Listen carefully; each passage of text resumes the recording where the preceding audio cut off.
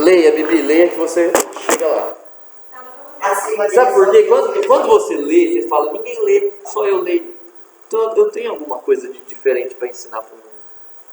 Acima dele é só. Por isso que a Ana de História também é bem convincente. Eu entendi o porquê que eu ainda não escolhi um curso para fazer na faculdade. Só por ter essa aula. Hã? Eu entendi porque eu não escolhi um curso para fazer de faculdade ainda nessa última aula que você deu. Por quê? Eu acho tudo interessante, então eu não vou escolher. Então, eu quero prestar medicina, só que ele me tirou pra mim, tem uma cara de quem é boa pra ser fisicamente no exército. Dor. É por volta que eu bato de frente. Ó, a aula vai ser a partir disso aqui hoje. Você tirou? Compartilha no grupo. Vocês já avisaram que eu vou gravar a aula hoje? Falei, eu falo pra ele Claro. que você quer entrar no Meet ou... Não dá pra entrar no Meet, gente. Eu tentei 3 vezes, ó. Tá aqui, ó. O Meet tá aqui, ó. Ó como tá. Estão vendo? Não é culpa minha. Ó. Mas que é a foto do Lá foi na câmera. Ele saiu, eu tô aqui na beira do celular. Mas é três.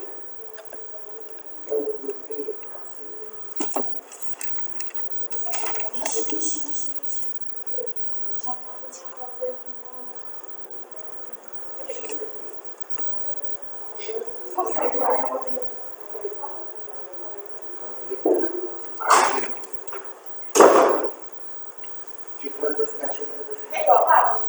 Por favor, para. Passa a aula com aí pra ver se Olha sai. lá, olha lá, sua Não tem o álbum. Eu tenho. O vermelho a gente deixa por último, tá? Olha lá, gente. Não vai. Não vai, não vai. Eu vou mandar foto. Então tá gravando já. Bom, então tá. A Bibi mandou as fotos. Acompanhe pelas fotos o resumo, por gentileza. Bem, pessoal, é o seguinte. O que acontece? Durante o primeiro bimestre, eu dei aula de Sociologia. Dei um bimestre de Sociologia. A gente viu Comte. Começou com Augusto Comte. O próximo autor foi Émile Durkheim. A questão do suicídio. A questão da consciência coletiva e individual. A gente viu, depois disso, Max Weber, a questão da dominação, os tipos de dominação, carismática, tradicional e racional legal.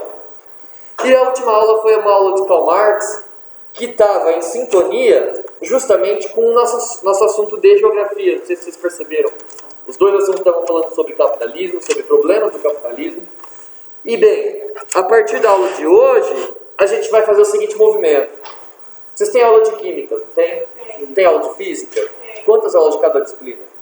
Olha, 2 química, 2 física? não, física, acho que é uma 5. 4. 4 de cada? 4 de cada? Não, mecânica tem 3, 3. eu acho. Tá lindo. Então, o que acontece? Eu tenho uma aula para fazer Sociologia e Filosofia. Imaginem vocês se tivessem uma aula para Química e Física. Nossa. Dá? Nem eu. Nem eu consigo fazer isso. Com 2 disciplinas que são diferentes. O que eu espero que vocês tenham compreendido agora na aula de Sociologia? Para o Durkheim, ele está pensando em grupo. O Max Weber, ele está pensando em sociedade, né, em dominação social. O Karl Marx, não preciso nem falar o quanto ele está pensando em grupos, grandes grupos. Capitalismo envolve grandes grupos. O Durkheim também. Suicídio, né? Suicídio não é individual, ele é da força da sociedade. A filosofia não. A filosofia não se preocupa com o grupo. A filosofia se preocupa com indivíduos. Ou melhor, com problemas que perpassam cada um dos indivíduos. Uma grande diferença é pensar num grupo e pensar num indivíduo. A Bruna é uma coisa sozinha no quarto dela. Ela é outra coisa com os pais dela. Ela é outra coisa com a avó dela. Outra coisa com vocês. E outra coisa com um crush. Todos vocês têm essa mesma lógica. Cada um de nós é uma coisa em grupo. E é uma coisa diferente. Como diria Dinho Ouro Preto, quando ninguém está te vendo. Como eu sou, sendo eu mesmo. Em grupo a gente nunca é nós mesmos. A gente personifica. A gente atua. Somos atores mesmo. Porque o grupo nos pede isso. filosofia, entretanto, não vai se preocupar com grupos. Obrigado, Clara. A filosofia vai se preocupar com coisas muito mais profundas do que a vida em grupo. Não é à toa que a filosofia é a mãe de todas as ciências. A filosofia é a mãe da matemática. A primeira escola filosófica é uma escola matemática. Pitágoras, por exemplo, ele é um matemático, mas ele é sobretudo um filósofo. E o que a gente vai tentar conhecer hoje é o início da filosofia. A semente da filosofia. O primeiro passo que a filosofia dá. Ela é chamada de filosofia pré-socrática, porque ela vem antes de Sócrates e de Platão. O que a gente vai fazer durante até julho? Estudar filosofia. Do começo ao fim. Igual a gente fez com sociologia, do começo ao fim. Então agora é um momento muito interessante para quem quiser entender um pouco mais de filosofia. Porque vai aprender do começo ao fim, coisa que nem eu aprendi na escola. Eu aprendi na escola Sócrates, Platão e Aristóteles. Só. Aqui não, aqui é diferente. Então a primeira coisa que eu queria mostrar para vocês têm a imagem aí da linha do tempo. A filosofia na Grécia Antiga.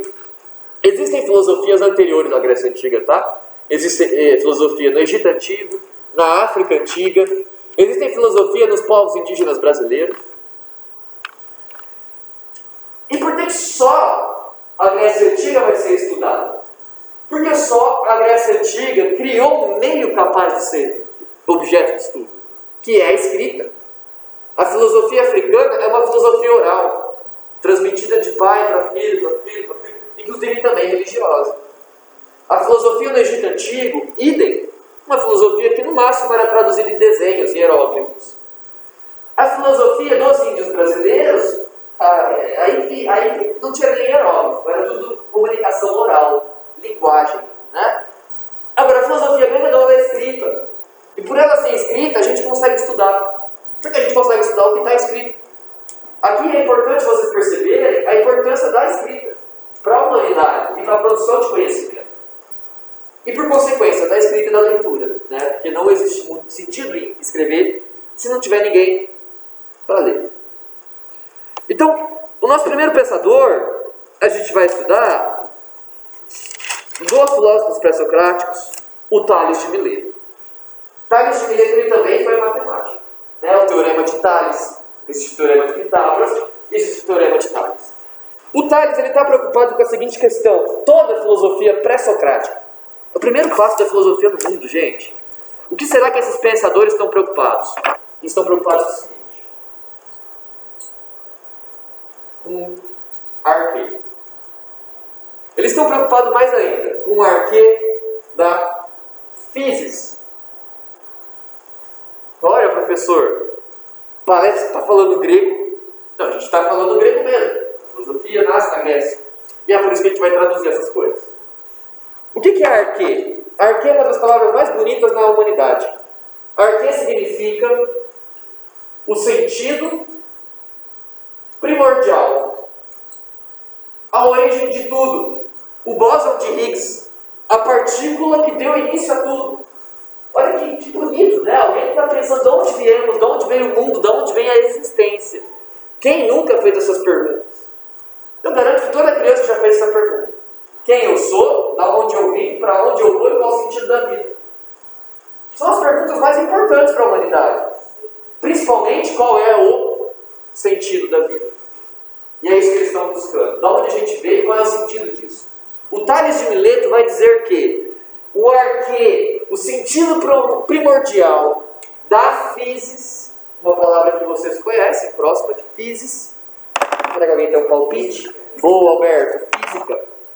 O arquê da física. O sentido primordial da física. O que é física? O que vocês aprendem aqui em física? Fórmulas. Leis. Leis? Vocês estudam? O sentido dos objetos. Boa! Dos objetos. Dos corpos. Vocês estudam aquilo que é real, concreto, que o Alberto chamou de objetos. O que os gregos estão perguntando? Da onde vêm os corpos? Da onde vem o mundo real? Da onde vem aquilo que é físico? Nesse sentido corpóreo mesmo. O que os gregos estão fazendo? Eles estão se afastando daqueles que vieram antes deles. Os que vieram antes de Tales de Mileto, de Anaxímandro, de Anaxímenes, Pitágoras, Xenófono, eles estavam numa esteira religiosa, mitológica. Da onde veio o mundo? De Adão não, de Hades, de Poseidon, dos deuses romanos e gregos. O filósofo vai surgir para falar, não, a religião não pode explicar o mundo. Tem que ter um sentido primordial, um arquê de tudo aquilo que é real, de tudo aquilo que é físico, de tudo que é corpóreo. O que o Tales vai dizer? O arquê da physis é a água. Segundo Tales, tudo vem da água. Tudo que é real vem da água. Os gregos não tinham domínio ainda científico do mundo que temos hoje.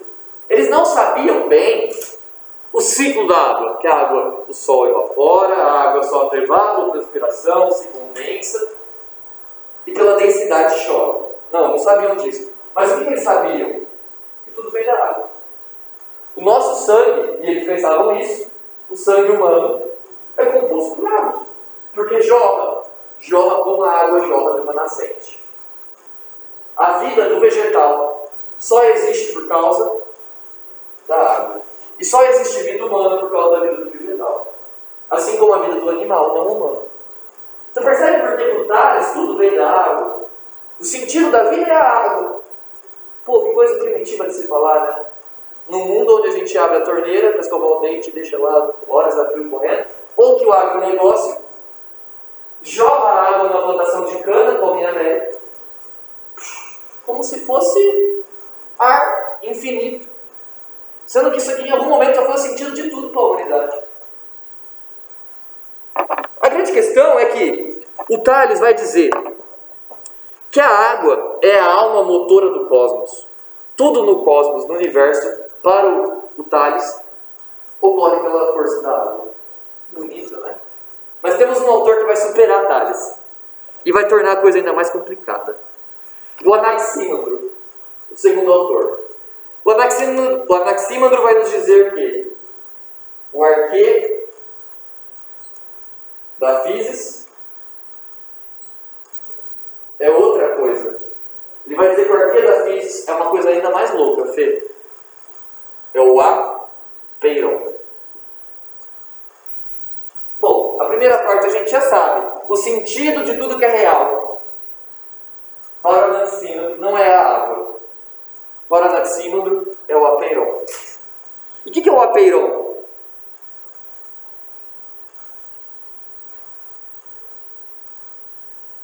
É o impossível de se saber. Olha que louco, né? Esse autor, o Anaxímandro, ele é realmente brisadão. Ele ficou muito bravo com Tales. Ele falou, não é só água. Existem outros elementos. Existem a terra, o fogo, o ar. E você não colocou nenhum desses elementos, o Tales. Está errado essa teoria. Porque quando a gente começa a pensar, tá bom, se tudo vem da água, qual é a pergunta que se faz? De onde cada rei? E aí o Tales não tinha resposta. E nem o Anaxímandro tinha resposta. De onde veio a água? Eles não imaginavam, como hoje o João Luiz deve ter falado, eu já falei em geografia, que os astros, o cosmos, ele é composto por estrelas e matérias, e é daí que vem a água do nosso planeta, né? As primeiras chuvas de meteoro. Isso está no documentário que eu passei em geografia para vocês. Ele não sabia disso, não sabia de onde vinha a água. Então o que ele explicou? Tudo, o sentido da vida, essa aqui vocês veem no Facebook, né? O sentido da vida é o nada. A vida não tem sentido, na verdade, diz Anaxímandro. Não tem como saber de onde tudo veio, nem para onde tudo vai. Então, filósofos, saiam dessa. Saiam dessa e se contentem com o impossível. Que vocês nunca vão ter conhecimento. Nossa, isso foi uma paulada na cabeça. A filosofia quase morreu aí. Quase realmente a filosofia foi abandonada na cima. O que aconteceu? A ciência vai começar a surgir nos seus primeiros passos, ainda não científico, mas proto-científico, uma bactéria da ciência. Um germe, um verme científico, que vai ser trazido por Anaxímenes, é um outro Anaxímandro e Anaxímenes. O Anaxímenes vai dizer: essa destruição de tudo ser impossível vai nos levar para o caos. Porque sem conhecimento das coisas, o que resta? O caos. E o caos não vai nos levar a lugar nenhum. Temos que avançar. O que o Anaxímenes vai fazer? Vai retomar o Tales de Mileto. E vai dizer que a mesma coisa. Eles estão preocupados sempre com o arquê. Sempre com o sentido primordial. O arquê da física é o ar. Perceberam que eles retomaram essa busca dos elementos da natureza? Perceberam o quanto eles estão ligados com entender a natureza? Por isso que esses primeiros filósofos são chamados de biolósofos. Biolósofos. São os sófos, os pensadores da vida. São os primeiros biólogos da humanidade. E o que o Anaxímenes vai dizer? Tudo vem do ar. Só que dessa vez, Fê, ele não vai fazer igual fez o Tales, dar um palpite e deixar no ar. Ele vai fazer uma comprovação. Como que a ciência comprova as coisas?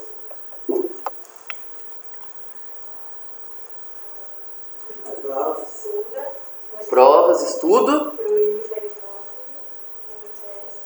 teste. A hipótese é, tudo vem do ar? Essa é a hipótese do Anaxímenes, tudo vem do ar. Então vamos provar. Ele vai provar que o frio e o calor vêm do ar. E eu vou provar junto com vocês o que fez o Anaxímenes na época. Põe a mão aqui na frente. Ah, eu lembrei do bagulho do Gabriel. Agora faz assim. Bafa. Não tira a máscara, não vai ter jeito. Mas põe logo, tira e põe. Pode pôr. Qual a temperatura? Não. Bafo, Bibi. Bafinho. Agora faz a mesma coisa, ao invés de fazer bafinho, assopra. Gelado. O que o Anaxímenes vai dizer? O ar, ele cria tudo que é quente, tudo que é frio. Tudo que se move por meio do ar. A folha se move. O ar, olha que bonito isso. O ar reproduz o plantio da própria natureza. O ser humano não precisa pegar uma semente e plantar o tomate igual eu fiz vocês plantarem. O próprio ar faz esse trabalho. O ar cria a vida dos vegetais. E dos vegetais, isso dá-se a vida para os animais. Primeiro não humanos. E depois os seres humanos que vão ser. Também ajudam a... Exatamente. Então onde que os animais vão se locomover? Aonde tem maior quantidade de ar sendo circulado. Onde tem maior concentração de comida. Olha que bonito. Tudo vem do ar para ele. Louco, né? Bom, infelizmente tem uma coisa para dizer. O ar, apesar de nessa teoria ser o ar que gera o fogo, porque se eu pegar uma vela acesa e tirar o ar dela, vou colocar um copo, ela apaga na hora. Acabou o comburente. Acabou a matéria-prima do ar. Então, o ar multiplica o fogo. Mas o ar também, para ele, para o Anaxímenes, que não conhecia a ciência ainda, achava que as nuvens eram ar. Por que ele achava que as nuvens eram ar? Alguém já observou as nuvens? O que acontece com as nuvens? O que para ele fazia as nuvens se movimentar? O vento. Para ele a nuvem era feita de vento. E de onde vem a água? Das nuvens. Então a nuvem também era vento e era água. O vento produzindo água. Pelo ar. Só que ele não sabia que aquela nuvem na verdade não era ar. É água condensada na atmosfera, coisa que a gente sabe hoje. Mas para ele era o ar. E se a água é ar, olha que loucura, a água é ar. Se a água é o ar, a chuva que cai transforma nossas pedras em lama. E nesse ponto ele está muito certo, né? Porque na geografia, o que é o solo? Nada mais é do que minerais que foram desgastados pelo ar. Olha que interessante. Boa, Bruno. Então para ele tudo é o ar, você percebe? Enfim, adivinha quem vai quebrar a teoria dele?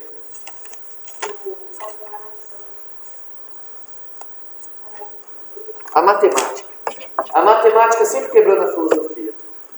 E a filosofia sempre quebrando a matemática. Calma lá que a gente vai dar o troco, tá? Primeiro tinha o Pitágoras, vocês conhecem bem. Pitágoras vocês conhecem bem na matemática, mas talvez não conheçam nada do Pitágoras filósofo. E é a parte mais bonita. E é aqui que talvez vocês não gostem de matemática, porque não olham para a matemática como os filósofos olharam. O que os filósofos estão buscando mesmo, todos eles? Arquê. Para o Pitágoras, o arquê da físis é o aritmos. Aritmos, vocês conhecem a palavra? Uma palavra parecida com aritmos? Aritmética. Que os professores Girafales ensinavam também aritmética. A aritmética nada mais é do que o conjunto de números naturais que vocês conhecem como número do real. O conjunto de números do real. Não está falando de números inteiros. Os gregos não conheciam o negativo. Os gregos malemar conheciam o zero. O zero tinha acabado de ser inventado. O que eles conheciam? 1, 2, 3, 4, 5, 6. Não conhecia pi. 3,1. Não. Sabe, não conhecia números imaginários. Você está no número imaginário? Matemática. Quando eu estudei matemática, eu falei, Número imaginário. aqui eu não gosto mais. É muito louco. Enfim, eles não conheciam a raiz de 3, que é uma dízima periódica. O que eles conheciam? Números reais. 1, 2, 3, 4, 5, 6. O que o Pitágoras vai nos dizer? Que o sentido da vida é a aritmética. É os números reais. Por quê? O que o Pitágoras vai nos mostrar? Vários exemplos matemáticos comprovando essa teoria. A primeira. O mundo é dividido em duas formas. Pela matemática. Só tem duas formas que o mundo se divide. Olha para cá. De que maneira esses números se dividem? Qual é a única possibilidade de dividir esses números? Vírgula. Vírgula está separando o quê? Os números inteiros.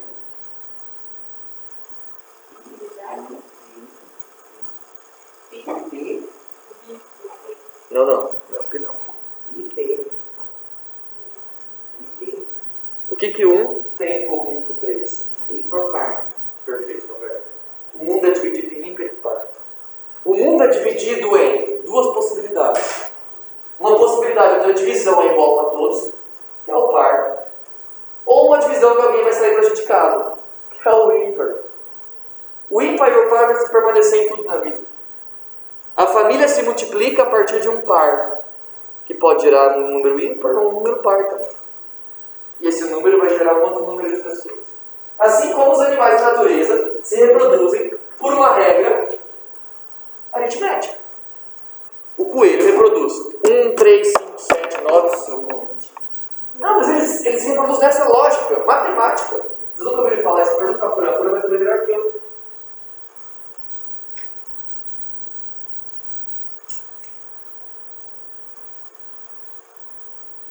O casco de um caracol. Eu não sei desenhar caracol, porque eu faço o meu trabalho. O casco de um caracol tem a mesma proporção daqui para cá, daqui para cá, daqui para cá. Do, ré, mi, fá, sol, lá, si. É uma proporção matemática. Eu pego uma corda, do, dobro, ré, dobro mais uma vez, mi.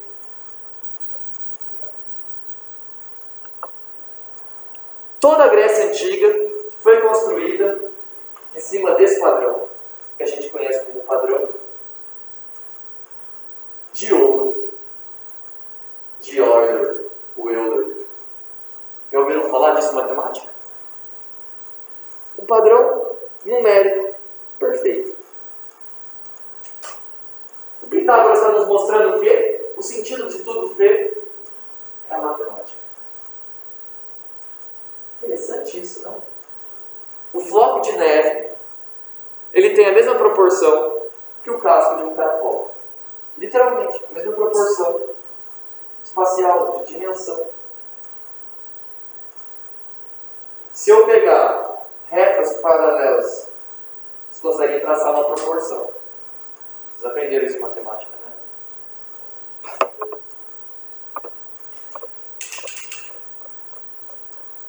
Quando Pitágoras escreveu isso, ele mudou um pouco o mundo. Ele mudou muito o mundo. Ele deixou todo mundo com essa cara que vocês estão me olhando. Só que ele era um filósofo. E as pessoas só entenderam a parte matemática, numérica.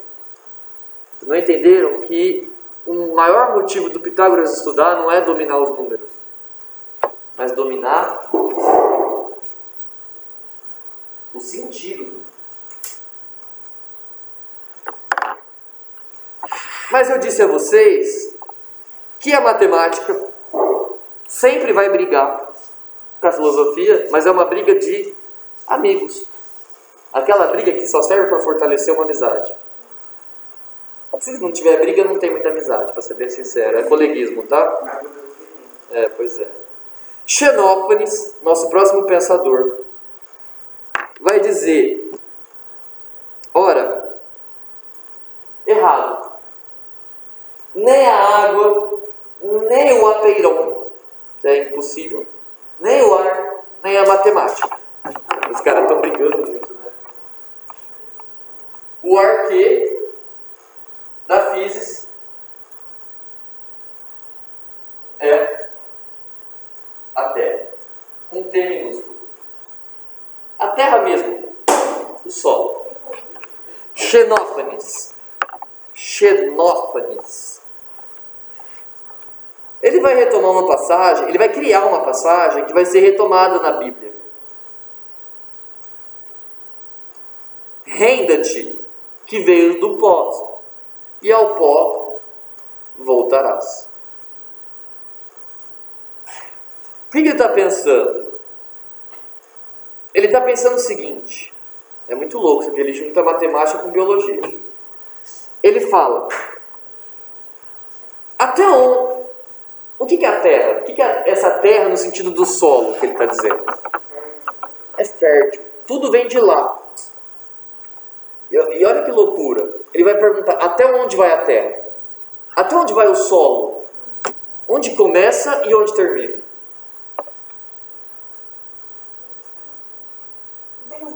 Não tem como saber. Porque o que ele vai pensar? Ele vai falar... Ele vai fazer uma distinção entre objeto e coisa.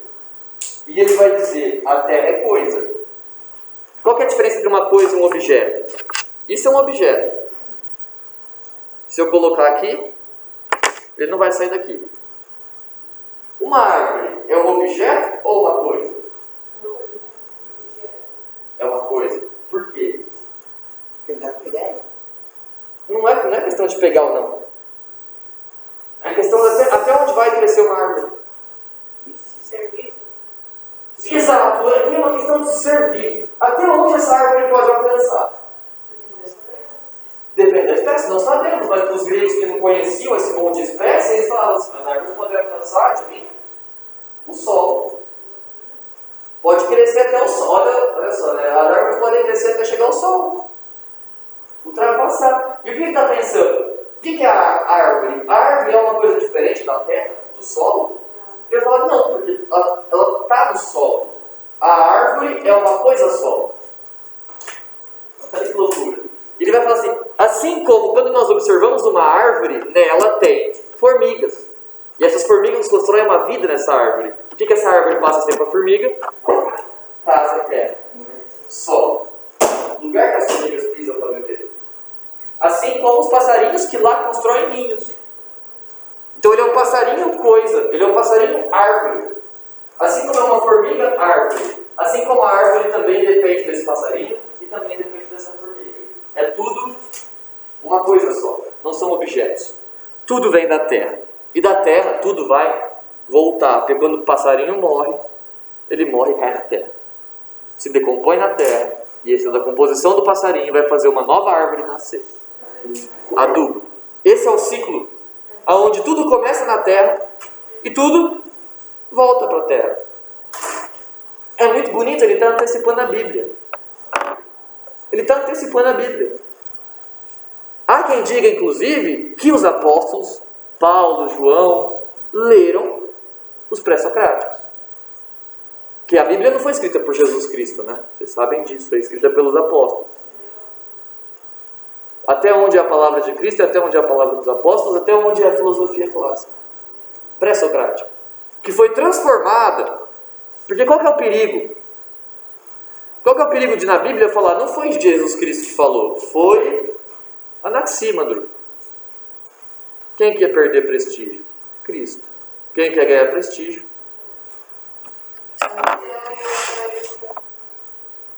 Então, com essa introdução da aula de hoje, eu espero ter mostrado para vocês que essa filosofia pré-socrática, antes do Sócrates, está preocupada em entender o sentido da vida, o sentido de tudo.